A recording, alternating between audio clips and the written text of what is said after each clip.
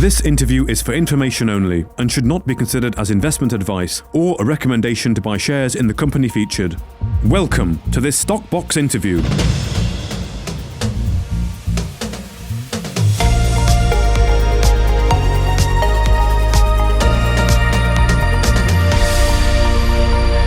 you everyone for joining today. I'm Mark Fairbairn from Stockbox, and I'll just be simply hosting the Q&A today and fielding your questions to Craig. Thank you everyone for submitting questions in advance. We do have a number of questions already submitted, which we will get into straight away, and then as we finish them up, we will more than happily open the floor to everyone here if they would like to ask their questions live by talking or indeed by typing their question in the main Telegram chat there. I think you can actually put your hand up perhaps, and you can also, we can see that, and you can ask your questions live, also type them if you like. As usual, all the directors that do these interviews and Q&As are bound by rules of the London Stock Exchange. However, I'm sure Craig will do his very best to answer the questions as best he can today in as much detail as possible. So welcome to Craig Foster. Thank you very much, Craig, for your time today. How are you doing? Yeah, I'm very good. Thank you, Mark. It's nice to be invited on to talk to everybody. So yeah, most appreciated.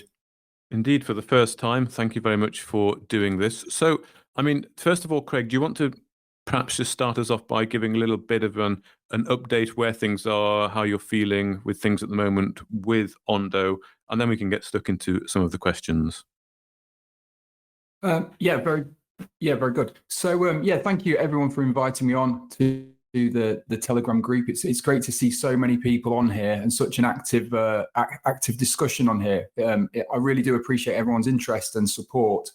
It's very different to the kind of first 9 months when we became a public company, where it felt like hardly anyone was interested in anything we were doing at all. So it's really great to be in this different phase of our growth now.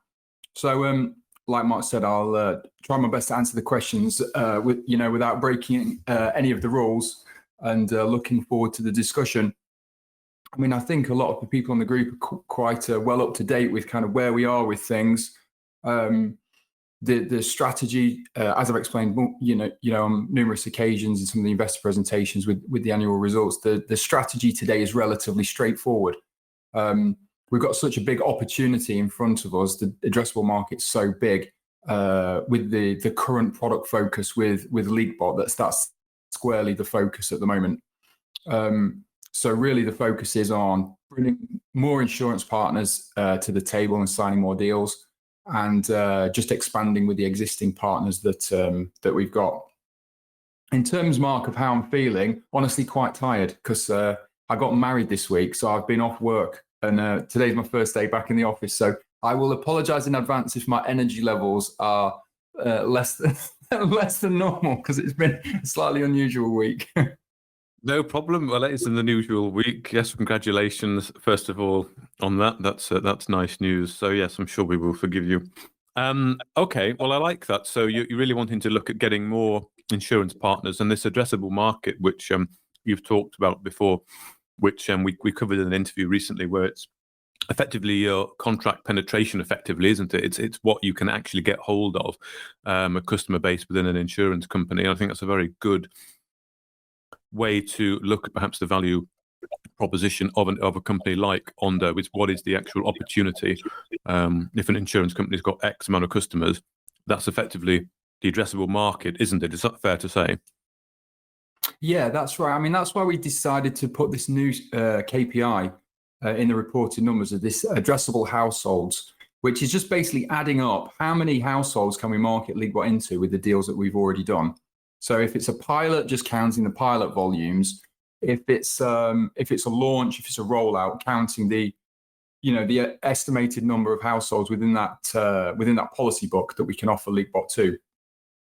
And I think the reason why we did that is it's hopefully helpful to kind of, as a bit of a leading indicator as to how much that we've got to go at, even if we didn't sign any other deals. So I think it's quite useful from that point of view.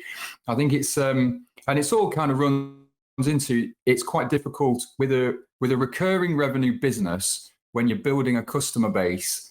The good thing about that type of business is the predictability of the future cash flows once you've built the customer base. I guess one of the downsides is it's harder to see as you winning deals in the early phase because the revenue is kind of spread out into the future. And so it's sometimes more difficult to at first glance to see the kind of value of the things that have been brought on board. So that was a bit of a kind of nod in that direction. Hopefully the analyst report that kind of broke down some of the unit economics was also helpful as well. Great stuff. Well, thank you for that, Craig. So let's get stuck into the questions. The first one, I have some recent news, which is regarding Andy Morrison, who is a non-executive director. The question is, why was Andy Morrison allowed to sell 600,000 shares? Well, I think he was allowed to sell because there was nothing to prevent him from selling. There was no he wasn't under any restrictions or anything like that. So it was up to him to if he wanted to do that. I mean, the background to that is Andy was one of the original. He was the original chairman and one of the original founders of Spinnaker Acquisitions, the original cash shell. So he had an original holding of 3 million shares, and then he'd added to that since the RTO as well, which is the additional 600,000 shares. I think talking to Andy, I think he was a reluctant seller of the 600,000 shares. It was, as is the way of the world at the moment with crazy interest rates, and he simply had a mortgage that he wanted to make a part down payment on, which in the current market environment is entirely reasonable. But he is 100% committed to his original 3 million shareholding, which he intends to hold for the long term. So, that's about the extent of the story, really. So, okay, well, no, that makes sense. That makes perfect sense. So let's move on to some questions regarding the product and the technical and the proposition. So the first one I have is, how does a LeakBot device communicate in the event of a leak? Is it to ONDO centrally, an alarm to the insurer or water company or household client, or direct to a nominated plumber? Yeah, so how it works quite simply is the device is running locally on the pipe. So minute to minute throughout the day, it's not connected to anything, and that's how we get such long battery life from the unit. If it detects a leak, there's a Wi-Fi radio in the device, and that wakes up, forms a quick link with your router at home, and it sends a small data packet through to our back-end servers. And by the way, if it doesn't detect a leak once a day, it sends that as like a heartbeat back to our system, so we can see things like the signal strength on the device, the battery strength, and it sends the backhaul of data from the last 24 hours, so we can piece together the water usage in the property. So all of that sits on our servers. That in different formats, that information ultimately goes to all of the people mentioned. So the water company and or the insurance partner, that data is amalgamated, so they can see all of that information, whether it's through a dashboard or through APIs, across their insured base of customers. So they can look across the country or a state in the US and see all the devices that are currently connected, what's the battery strength of all of the individual, who's got a leak right now, how has the homeowner reacted, have they done anything about it?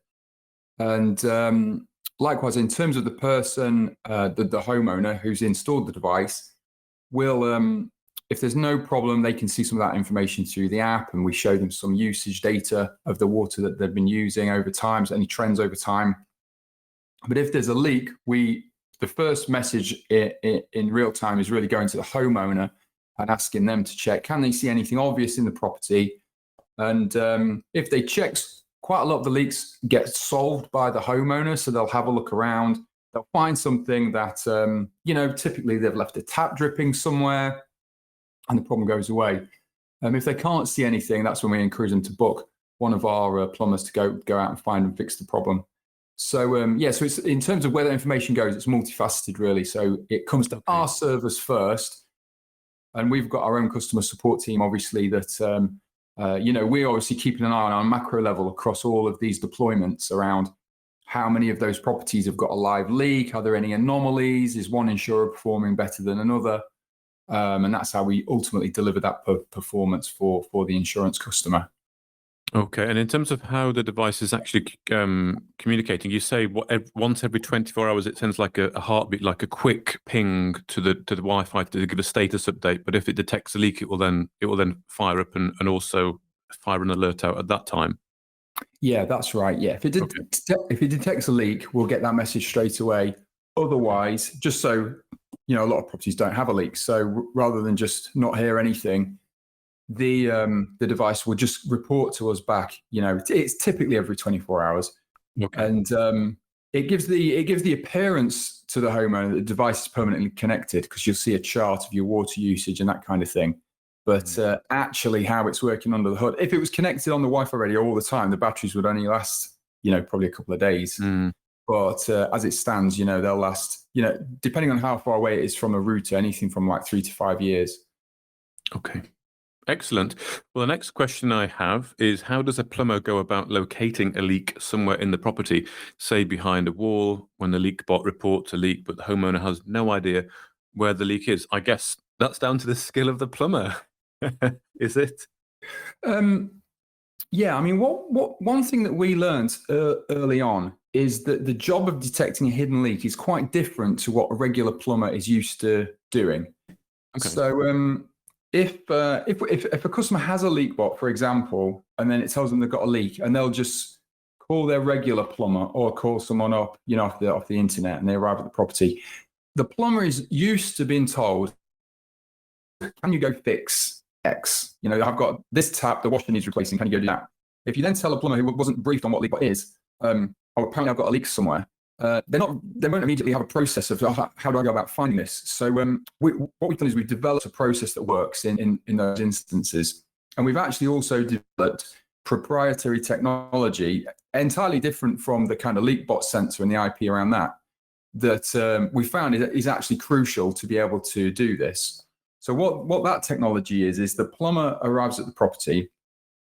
He has something that we call leak rate calculator, and he basically attaches in this instance, it's a pressure sensor onto the mains plumbing, turns the water off, and then sets an app, sets an algorithm going on a separate app that we've developed for the plumbers to use. And that test will tell you within about a minute, is there a leak in real time right now? And if there is, what's the flow rate of the leak in milliliters per minute? So while he's set that test going, then the plumber will go around the house and have a look for anything obvious. Is there anything they can find straight away that, a leaking overflow on a toilet or a tap dripping somewhere? They'll find that, they'll fix that first issue, they'll go straight back to the test and run the test again. And sometimes the test will say, green, there's no leak, problem solved. And the reason why that's great is it's efficient. Without that test, you don't really know that you fixed the root cause of the problem. So you can either endlessly spend hours at the property checking everything, or you can fix one thing, think you've solved it, and then leave. And then the leak bot will continue reporting a leak. And that's a really bad experience for the homeowner. Sometimes they'll fix one thing and they'll set the test going again, and maybe it will have reported 40 milliliters per minute on the first test. On the second test, it'll say, no, there's still a 6 milliliter per minute leak somewhere. So that's really helpful, because then the plumber knows, okay, there's an underlying problem that's not obvious. And how they then locate the leak is internally we refer to it as like test-driven plumbing. So they'll basically run tests, which is basically isolating certain parts of the house. So turning the water off upstairs, downstairs, and using that as a way to isolate where the leak is. And then through a process of elimination, you can normally figure it out. And then they've got other stuff as well. So they carry thermal imaging cameras, so they can use that to see whether they're amazingly sensitive. Like if you play around with these things, if somebody, with bare feet or socks on treads on a wooden floor, like an hour later, you can still see the footprint. You can still see the thermal kind of residue of the footprint on the floor. So they use them to then scan, okay, there's a little bit of moisture in this cavity wall. So that's the kind of process that we've developed over time. And what we found is it's been really helpful for us to actually have control over the plumbers at the beginning. But then the important thing is, now we've understood that process, it's not necessary for us to employ the plumbers ourselves to deliver the result for the insurer. It's important that the jobs get done in the right way. But what we found, for example, with Lancer Schaffengar in Sweden, is they have their own network of plumbers that are doing the repairs. And in that instance, they're using our leak rate calculator technology to test the properties. We've trained them on that process, and they're delivering just as good claim-saving results for Lancer Schaffengar as what we're delivering for other partners when we're managing it directly. So I think it's been part of the development process to understand it's important for our value proposition that the claims get repaired properly. Otherwise, we don't deliver the claim saving for the insurer. But now we've understood the process of how to do it. It's not necessary for us to employ the plumbers to get that result. Okay, that's very interesting that you've actually devised a method with the plumbers to help them find leaks more effectively. Yeah, is it possible? Go on, sorry. Yeah, I was going to say the cool thing about that as well is we also own the patents on that technology, and we don't know of any other way of doing it. And we've been doing a bit of work as well on, it used to be a very expensive pressure sensor. They were about £900 a unit. And we've just been basically kind of productizing the whole thing. It used to just run on a laptop, so it was a bit expensive kind of equipping a plumber. Whereas more recently, now we've turned it into an app that you can use on any smart device. We've found a much cheaper version of the pressure sensor. So this is the type of thing you can imagine in different models. It can kind of suit different environments. So it's an easy kind of technology that we can train new plumbers on. The thing that's hard is knowing how to fix plumbing problems, and plumbers are already good at that. Training them how to use this app and test the property and just the process of what orders to do things in is relative. You can train any plumber on how to do that. It's quite easy. So this is, one day could be something that we can license for other plumbers to use, because we developed it through necessity. Because if that was something we could have bought off the shelf, we would have done, but we couldn't find what we needed anywhere else. Well, this is quite interesting, actually. I quite like this angle. As you say there, you can perhaps license this to other plumbers because you've developed this technology here. At the moment, then, the only plumbers that will be using it will be plumbers that are associated with what either ONDO InsurTech or indeed the insurance companies that the company are working with.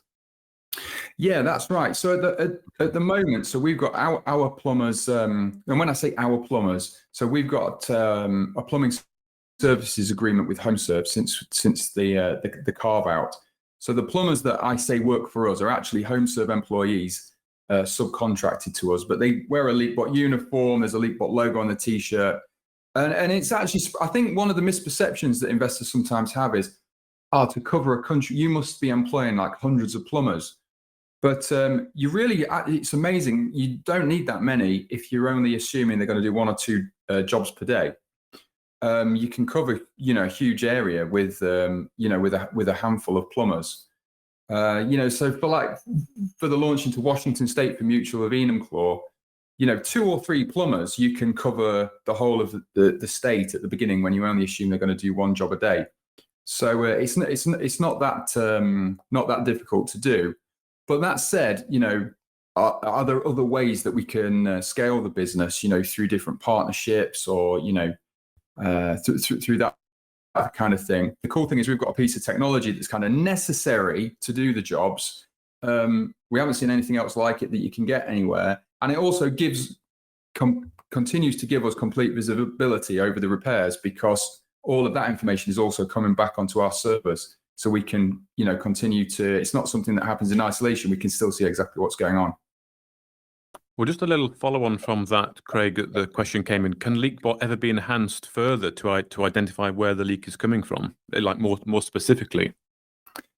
Yeah, it's a really good question. I mean, I'm not sure. I don't know. And I think what we've developed is a way that it's not been necessary for that to happen. I mean, it's possible with kind of machine learning and AI over time. There could be more clever things that we can do as well to start to pick out with a big enough data set. Maybe we can start to pick up the signatures of some of the temperature deltas that could do things like that. But right now, it's not been necessary.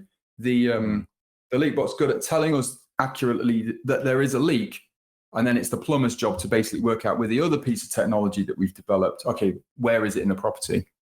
Yeah. Okay.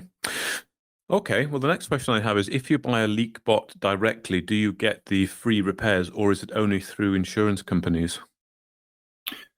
I mean, the big picture is obviously we really are a B2B2C company. So our customer really is primarily the insurance company. Mm-hmm. At the very beginning, we basically offered the leak bot for sale on the website, and the kind of strategy behind that was what we found early on when we spoke to customers is a kind of water leak mitigation is quite a low interest category for homeowners generally. And when we did some early testing, if it was a kind of bland black box and said, would you like a leak detector? People weren't particularly interested. And funnily enough, the key was when we turned it into something that really looked like a consumer product, had a fun name. We spent a bit of time on the industrial design of the product and the packaging. And when we showed that alongside the app, weirdly, it was the same thing, but just, kind of packaged and branded nicely. The interest in consumers for having one of these things for free really went up. So part of the strategy there was we kind of created the consumer-facing website and offer the ability for customers to buy one for £149. And I think that's added to the offer. When the insurance brands offer it for free, if a customer sees that, but if I were to buy one, they're £149. It kind of adds to the value perception of the product when you're being offered one for free. That said, we really don't sell many directly. It's not something we don't really advertise it. We don't spend any money on kind of any online advertising or marketing to sell it directly. And it's a question that comes around every now and again. Should we sell it on Amazon? Should we do more? Could we build on the proposition? So if you buy one online, it's just the unit. There's no kind of repair service bundled in. Could we test different things and different propositions? Could we find a kind of bundled service product? It's an interesting idea. It's not something we focused on at all at the moment. We've just focused really squarely on the insurance company being the paying customer. Okay. Well, of course, I know that you're very active wanting to break the American market, which you've already started to have some success in. And a question here comes in that says, are you aware of the issues in America with the size of pipework on houses with swimming pools, for example, and can that be easily overcome? So this caused a bit of debate actually among the team this morning. So I sort of saw this question ahead of time, and I went back on the Telegram group and found the photograph from the person that submitted this one. So talking to the guys in the US and our ops director. So a couple of years ago, we did a proof of concept all the way across the US, and we installed devices all across the United States to do some testing. And we found this has been necessary in every new country that we've gone into. We found there's nuances in plumbing and there's things to learn.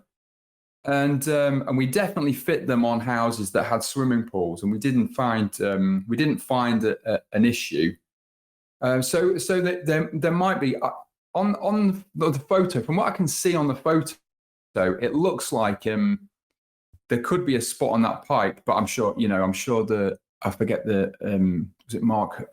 I forget the guy's name who posted the thing, but I'm sure he tried, and so it obviously didn't fit. But we don't think that's a systemic issue, but we could be wrong. So we'll definitely do some more digging and look into it. But it's not something we're coming across in the US repetitively as a problem. Okay. We've mentioned leaky loos a few times, and if leaky loos are the largest issue for water losses for water companies, wouldn't it be easier for water companies to offer free repair if this is reported rather than a leak bot? This is a really interesting question. So leaky loos are definitely the problem when it comes to water losses. for sure when you look at it from a water company's point of view. That's really the high volume leak. There are already some water utilities in the UK that will offer, if you've got a leaky loo, we'll come and fix it for free. So I think maybe Northumbrian Water do something similar. The problem that they have is finding the leaky loos in the first place. And the difficulty is I think twofold. One is quite a lot of them are pretty invisible. So if the water's running quite quickly down the back of the pan, you can see it. Sometimes you can hear it. But they're a really high volume, 500 or 600 litre a day leak. Quite often it's actually just a trickle of water. And, the way we will ask customers to do a test is basically just get a single piece of toilet tissue, and just place it on that back of the pan. And sometimes you'll see it immediately will go wet because there's water trickling down the back. But people don't notice that with the naked eye. So I think that's number one problem, is a lot of those leaks just go entirely unnoticed and people don't see them. And then for the ones that are visible, most people, there's a lack of awareness that people realize that that's a problem. People just will often just ignore that as an issue. So LeakBot is a much more scalable problem, because even if a water company offers a free toilet leaky loo kind of repair service, the percentage of people that take that up is tiny. Whereas with LeakBot, it's a much more scalable idea, because you fit these devices, we'll find every single one of those, and then we've got a direct mechanism to be able to, send messages to that customer saying, "Did you know? Did you know?" And I think it's one thing that we've learned, that we could get much better at that messaging as well. So I don't mind admitting, for my sins, Mark, I had exactly one of these leaks in my own house, and and didn't do anything about it for the same reason everybody else does. I just thought, oh well, it's not causing any harm, and I'm just busy, so I haven't got time to sort that out. And it was only when we when we were presenting the Portsmouth results, and we started talking to the guys at Waterwise and lots of other water companies, and really, I learned a lot of things just through that volume of conversation. And it really made me think, you can really change that messaging to be much more compelling, rather than just the same message saying, "Hey, you've still got a leak." If that message said, "Hey, Craig, you've now had a leak for 9 months. The most likely thing it could be is a leaking overflow on a toilet. Did you know that's now wasted enough water to fill 38 bathtubs? And it's probably added £100 onto your annual water bill if you don't do anything about it. And by the way, did you know that that's one of the main problems for over abstraction of streams and rivers where you live, where you like to walk the dog, and it's actually damaging your local environment? Why don't you click here to book a plumber to fix it for free?" You could do a sequence of those types of messages, and it suddenly makes it way more relevant. And you think, yeah, what? I really should go sort that out. So I think the liaison with the water companies is really helping us kind of think about what's the right messaging around it. That's a good idea. Just moving on to a question here. This is about research and development focused on the next LeakBot product. So what is the innovation potential for future products? And someone was saying that the IP is the key aspect here, that the patent to monitor the leakage via temperature monitoring, and intrigued to know and understand what the future scope that could entail, given the company's claims that the strapline claims prevention technology. So just looking forward perhaps into further iterations or developments of the product. Yeah, I mean, there's a few different angles of how to attack that question, I suppose. So I think one thing I would say at the beginning is the addressable market for what we're doing is huge, and we're only kind of scratching the surface of that at the beginning. So the specific claim, the volume of claims caused by water damage is massive around the world. And we're in a unique position where we've got a proprietary solution to that problem. The exact solution to that is, not only is it different from anything else in the market, but it just solves that problem in a way that's really relevant for insurers at the right kind of cost level, at the right level of effectiveness for that to be that to be scalable.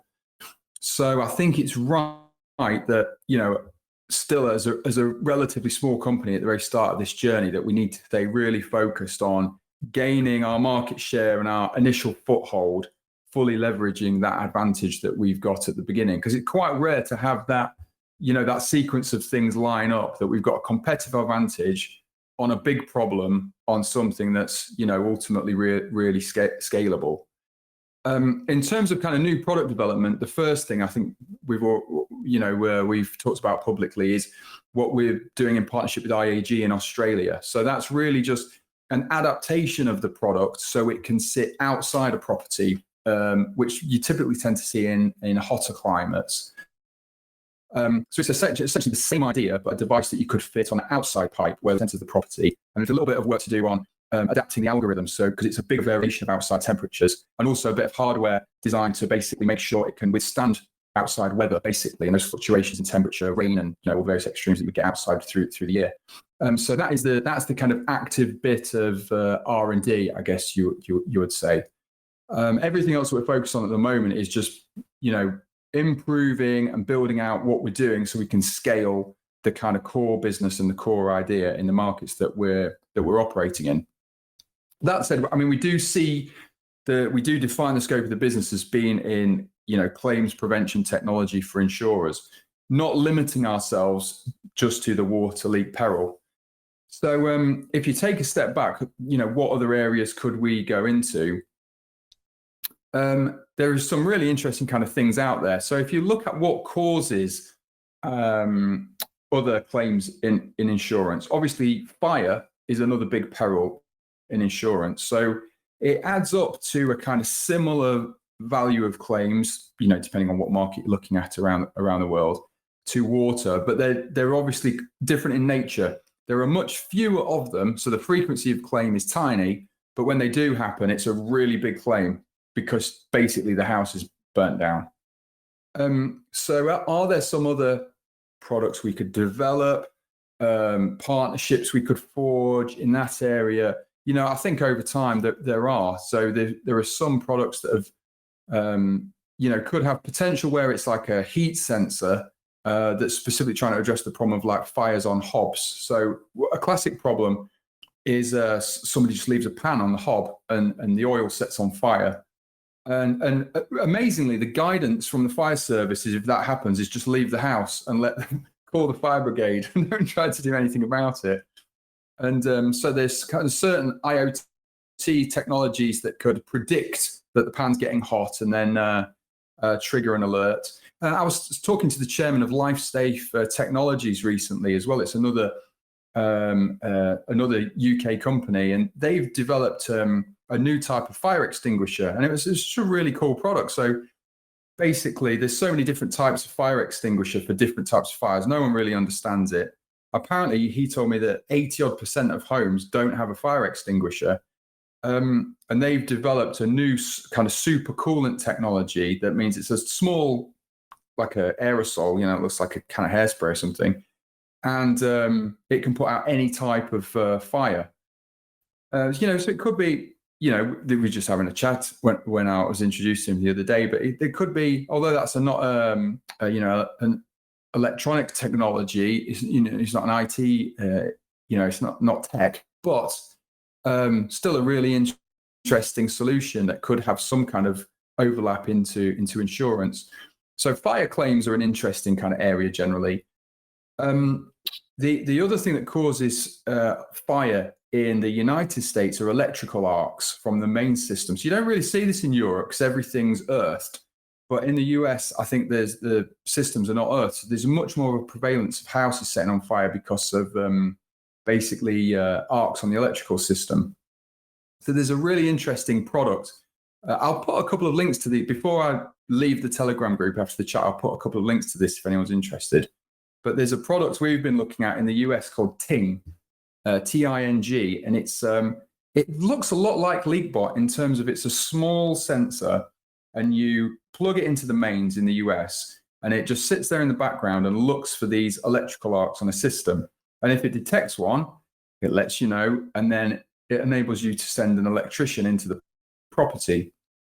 And Jim and I are hoping to have a chat with these guys when we go to ITC in Vegas later in the year, because what they've been doing in the US is really interesting, and we're seeing kind of some of the waves of this. So State Farm are the largest insurer in the United States, and they did some trials with Ting and kind of followed a very similar pattern to what we do. You know, they put some devices in, tested the claim saving, did a little bit more.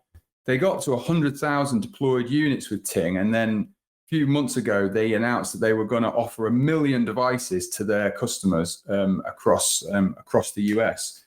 And because State Farm are the biggest insurance company in the US, and they've gone big on this kind of claims prevention technology, that seems to have sent a few shockwaves through the market. You know, you had some of the new upstarts like Hippo as a kind of venture-backed and then subsequently IPO'd InsurTech that was kind of a new to the market home insurer that was using these types of technologies.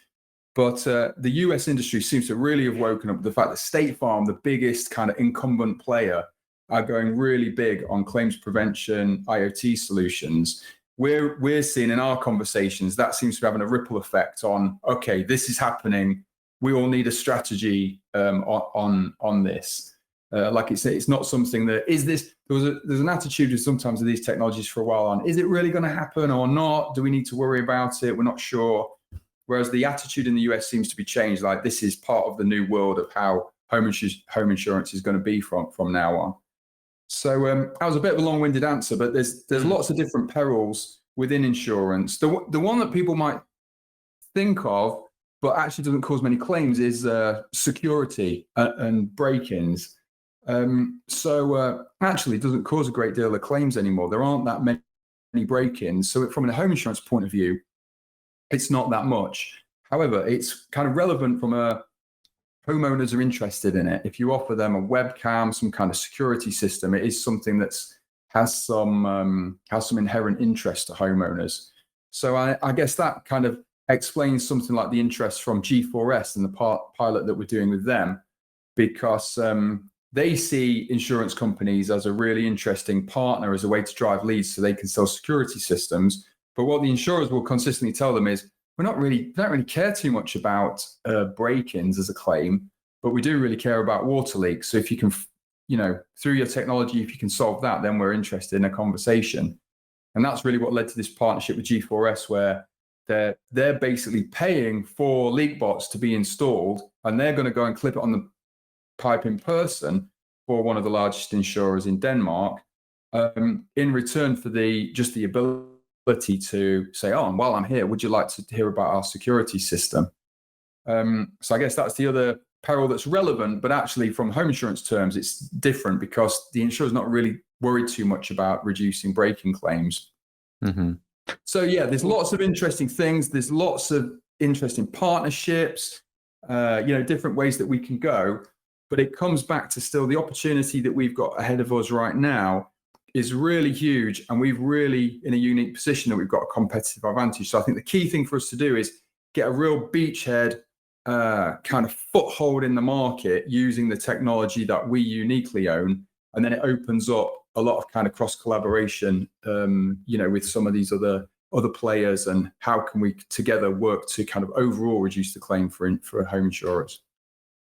Well, thank you for that. That's a very, very detailed answer, but also very exciting as well that you're already thinking about other R&D that you can do. So that's good to hear that, Craig, and lots of food for thought there for other very relevant insurance issues. But let's move on now. I've got another couple of sections to get through. The first one is on strategy, and then looking at sales growth. So just on the strategy, a couple of questions here. What are the plans to expand beyond the UK, Scandinavia, the US, Australia, maybe?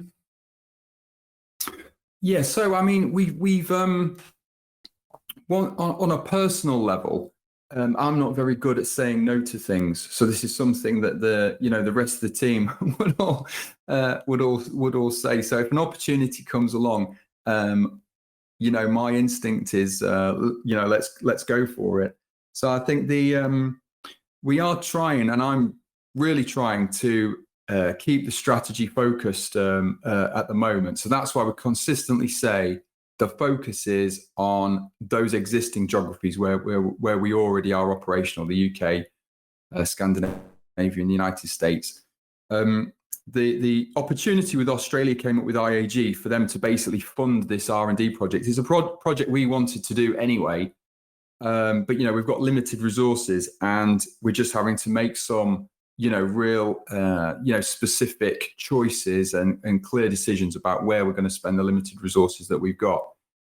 So when IAG came along and offered to kind of fund that project, that just seemed like a thing obviously really worth doing. So in terms of operationalizing different countries, the things that we've learned are it's not as simple as just a straight kind of technology, a product like an app where you can roll it out in the app store around the world.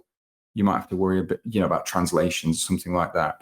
What we've found to translate LeakBot into different markets, what we've learned is there are nuances in plumbing in each market around the world. So a bit like the question that came up about the size of a mains water if you've got a swimming pool.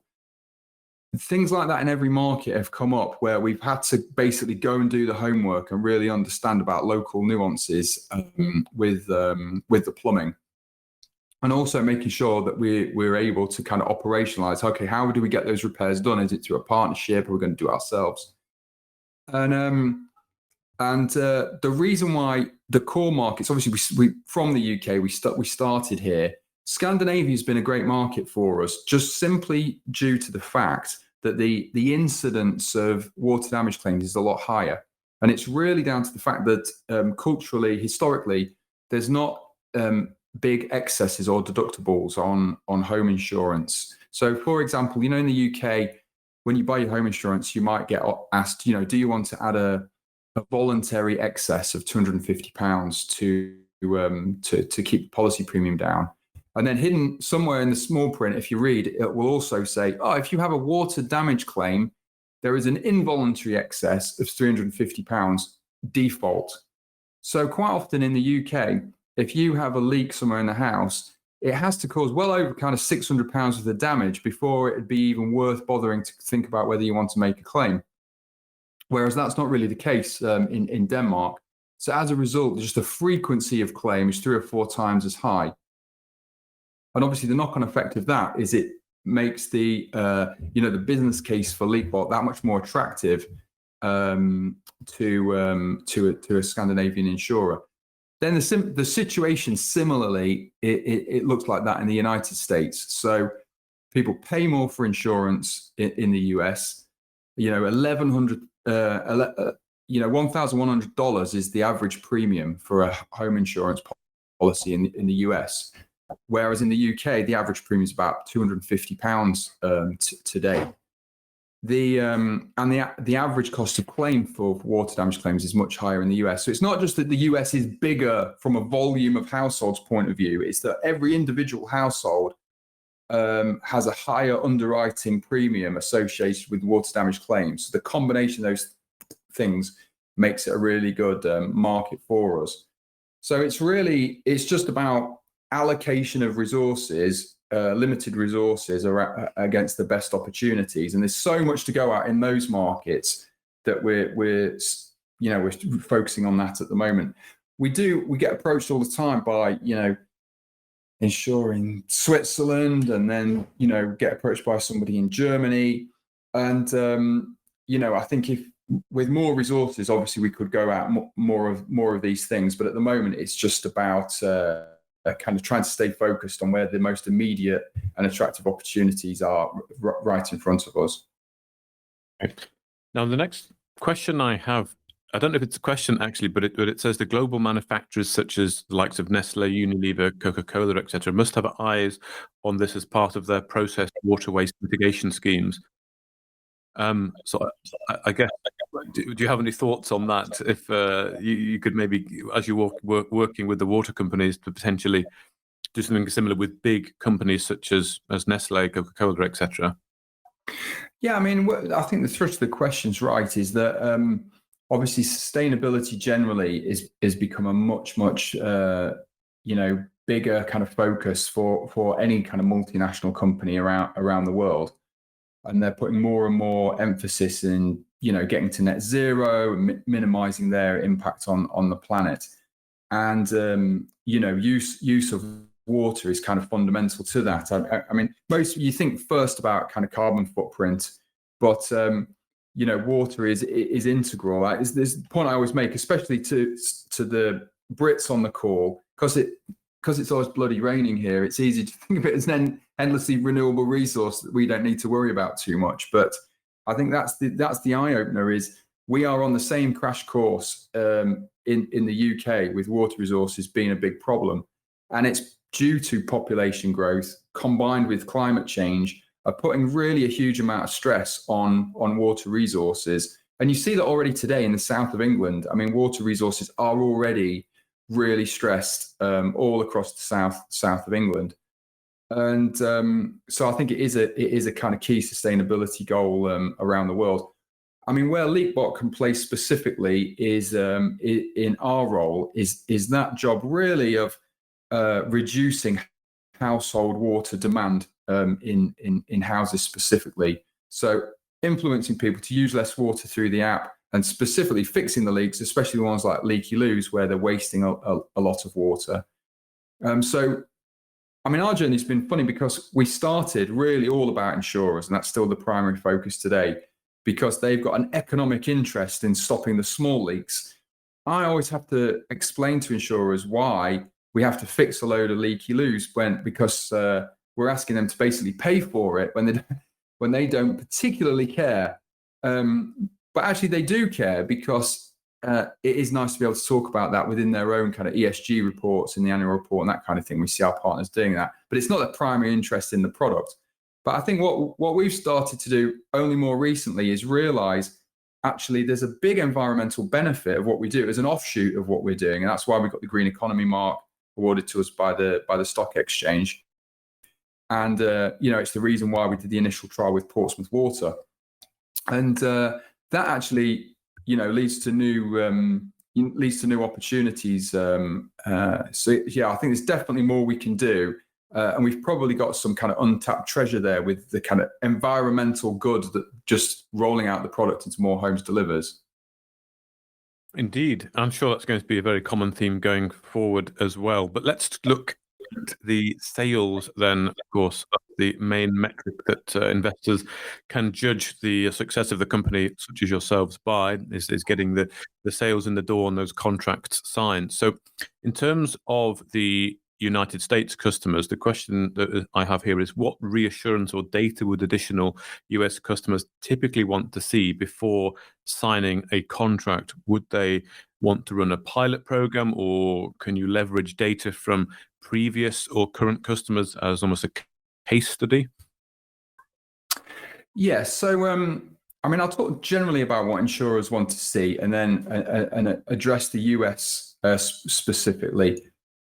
So generally, what insurers want to see is, we can share aggregated data for what we've achieved for other insurers, and we can be quite specific on the degree to which we'll reduce the claims frequency, the degree to which we think will reduce the severity. And when we talk to a new partner, we basically build them an ROI model. So we understand exactly what their frequency and severity is.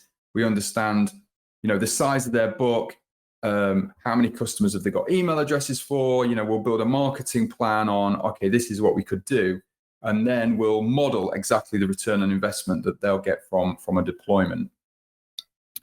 Now, ultimately, in the kind of standard model, the risk is still ultimately on the insurance company. So they're expecting to spend a certain amount from their claims reserve to fix these things. And we're asking them to basically instead spend,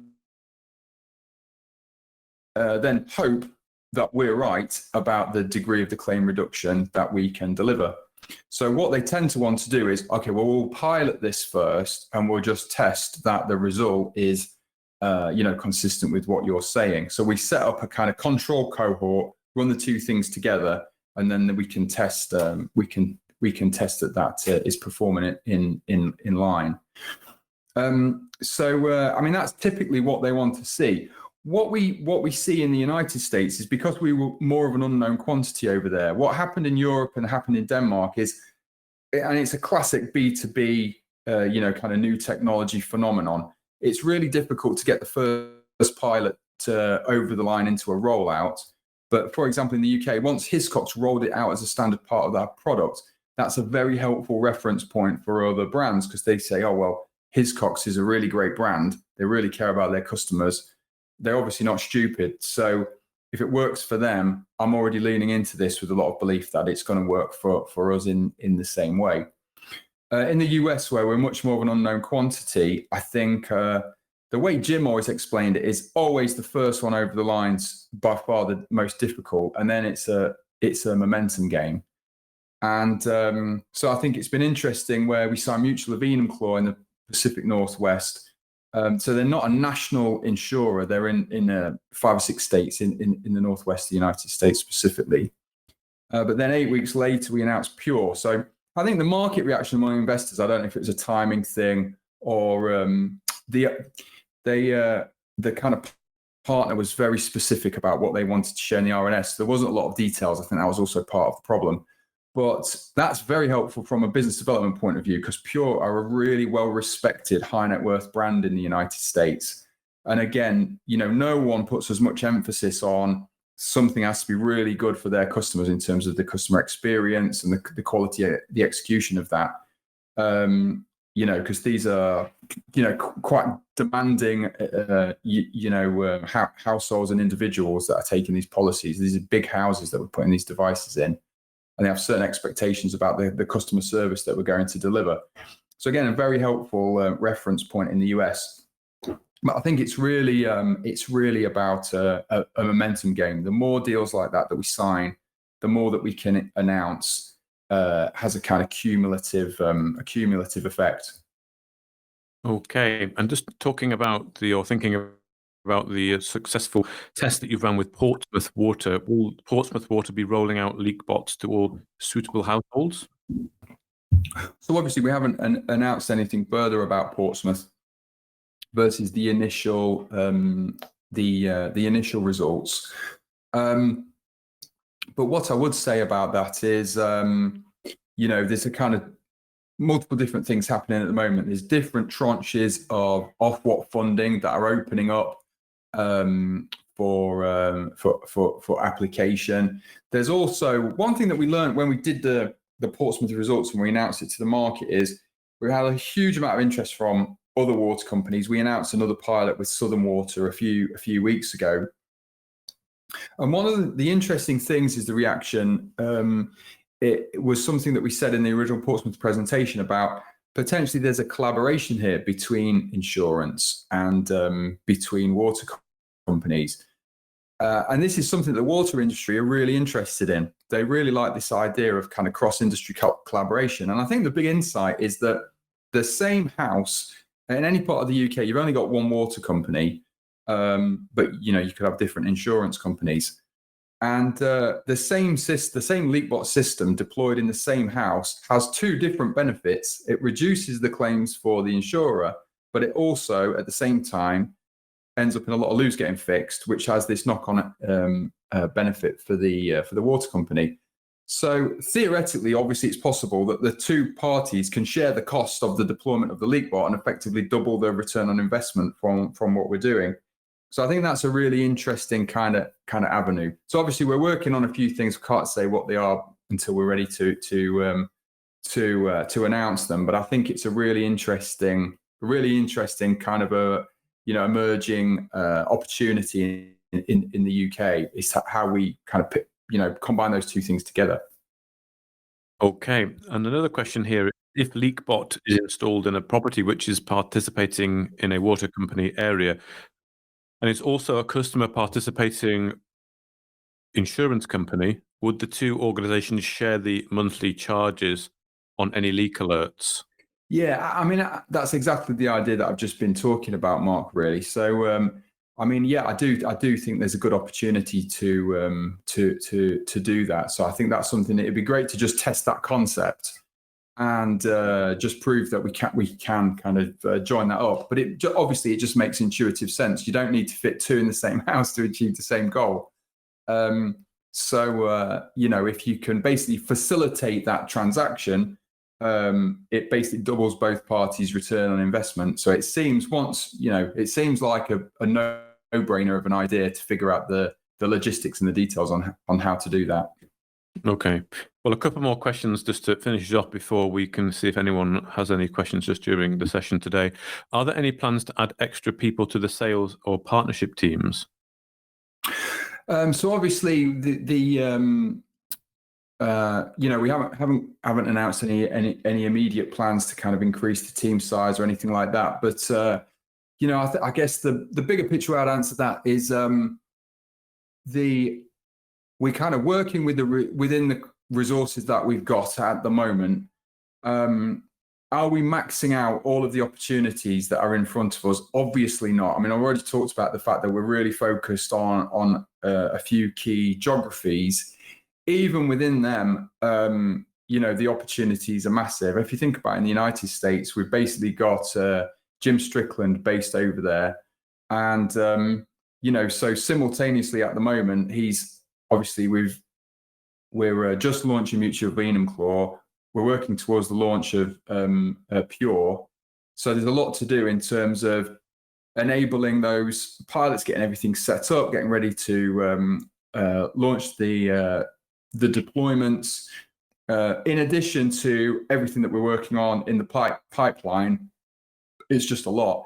And have we even got the bandwidth to add lots more leads in the US? So I think as more resources become available to us, there's obviously an interesting question for us on, okay, where could we deploy capital? Obviously warrants are getting exercised at the moment, and certain things like that potentially give us options and good decisions for us, to make on, is there a good return on capital employed? Is there a good ROI story of how we could potentially, add more resources if that means we can, grow the revenues and grow the cash flows of the business faster. So I think that was a bit of a vague answer to say, if it makes sense and we have the resources to do it, obviously there's a strong argument for, if there's a lot more to go at, that could be a smart investment. Okay. Well, the final question I have, Craig, if you can answer it, on a cumulative basis at the end of this week, how many leak bots have been shipped to households? I hope I've done my best to answer all the questions so far. I'm not sure I can give a straight answer on that one, because that would be, rather than helping people understand information that's already in the public domain, I think that would be giving some new information that we haven't included in any accounts or RNS. I don't think I'll be able to answer that one directly, unfortunately. Yeah. I had suspicions you might not be able to do that. Well, that does conclude all the questions that we've had. We are up nearly practically on an hour, so that's a good length of time. So if anyone does have any other questions to ask, you can either, I think, put your hand up or indeed just type them in the main Telegram chat there. But I haven't at the moment seen any come in. So just a couple of minutes left if anyone does want to do that. Aside from that, just maybe what people are thinking, Craig, just in terms of going forward now, the summer is, well, I don't know how long it is till it's finished officially, but certainly as we get into September and things the business year starts again and everyone goes back to work, what is going to be the company's main focus and ambitions for the last part of the year? I mean, I think it's as you would expect, it's the consistent answer that I've been giving. So, it's just about that core focus in the markets where we're in, with the partners that we've already signed, and also on our kind of immediate pipeline that we're working on. So I think the big things there are, obviously, it's a massive focus for us as a team on the United States at the moment. We've announced a couple of contract wins, with Pure, with Mutual Venum Claw. There's obviously, there's obviously a lot of focus on other stuff in that US pipeline as well. So we really see a massive opportunity in front of us with that real breakthrough in the United States. So that's a key focus. And then when you look at our kind of existing partners, I think the obvious outlier opportunity there is, the rollout with Lancer Schaffringar. 2 million customers in Sweden. It's the biggest kind of rollout deal that we've signed. And the slight frustration with Scandinavia is that they have a very, very good work-life balance, which is good for them, less so for us. So they tend to go a bit quiet over the summer because they're all in their summer houses somewhere in the Swedish countryside. But we're that's a massive opportunity. I think we were already in 5 of the regions out of the 23 has started. So it's a massive opportunity to just push that one as hard as we can. Good. I do know what you mean about the Swedes. They do take pretty much the whole of August off. Good for them, I say. Why not? It's a good month to have a holiday. There are, I think, actually 3 questions here, fairly lengthy. So I'll just read them out, Craig. These have come in just in the last minute or so. So through communication with Kevin, I was informed that the £1.1 million worth of accruals listed under liabilities includes deferred income in the form of prepayments made to ONDO, which at the time of reporting couldn't be included in the P&L until obligations were met in the form of LeakBot deliveries. Can you tell us what proportion of the £1.1 million was deferred income? I'm not sure that I can actually. I don't think we gave the split in the consolidated in the financial statement. So I'm not sure I could. I'm not sure that I could disclose that. I'll check with Kevin after the fact if there's anything we can say on it. But sure. That's fine. That's no problem. Just looking at the question here. It's pretty lengthy. Let me read it out to you. Again, it's about the financial. So again, I'm not sure what you can say, but the recent. Okay, I've just opened I think I can see this now. Is this the recent financial report? Is difficult to analyze that question? Okay, let me just have a look. RTO, IPO expenses.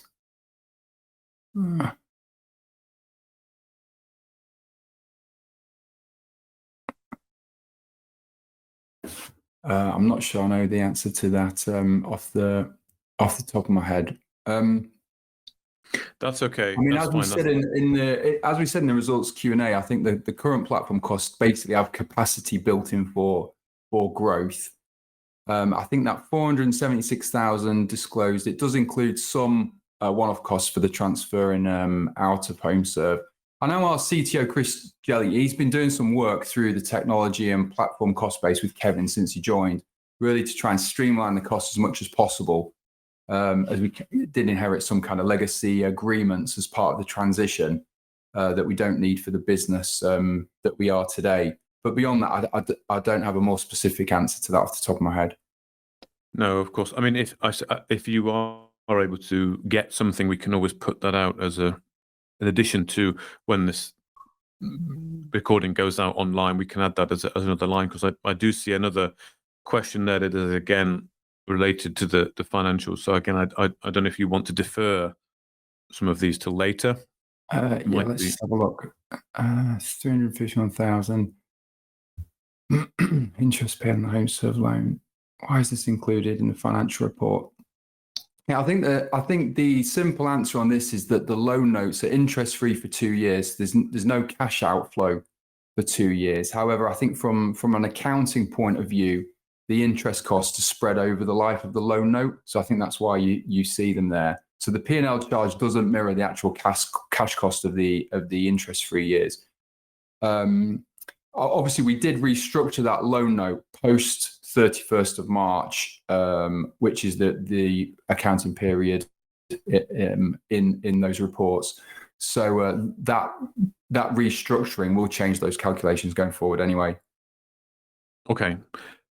Excellent. Well, thank you very much, Craig. I think that concludes all the questions. If you did want to give any more information on those last couple, then I'm sure we can work that out in the next day or two over the weekend and get that out when this recording goes out, if there is a more colour you can provide to that. But for now, I think we're pretty much done. Thank you very much for your time today. And thank you everyone very much for listening. And this recording will be out in the next few days. But thank you everyone for now.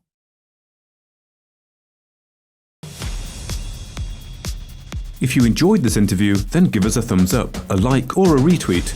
Subscribe to us on YouTube or follow us on Twitter and hit that notification bell to be the first to know when we release new content. There's loads of great content on our website too, across all our programs at stopboxmedia.com.